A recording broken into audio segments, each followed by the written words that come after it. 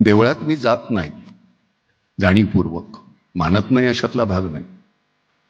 माणसाचा जन्म दिलाय, खूप झालं की. वारंवार तिथं जाऊन त्याला कुठं त्रास द्यायचा, आठाणे टाकायचे, ₹1,00,000 दे म्हणायचं नाही, कशाला पाहिजे?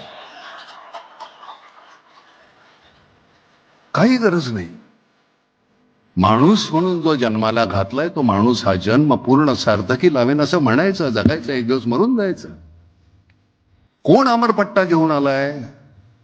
काही राजकारणी मंडळी आमची अशी आहेत की त्यांना असं वाटतं की ते मरणारच नाही आहेत, इतका संचय चाललेला आहे. मृत्यू नावाची गोष्ट आहे बाबा, तुम्ही साठवलेलं कुठे जाणार आहे सत्य शेवटी.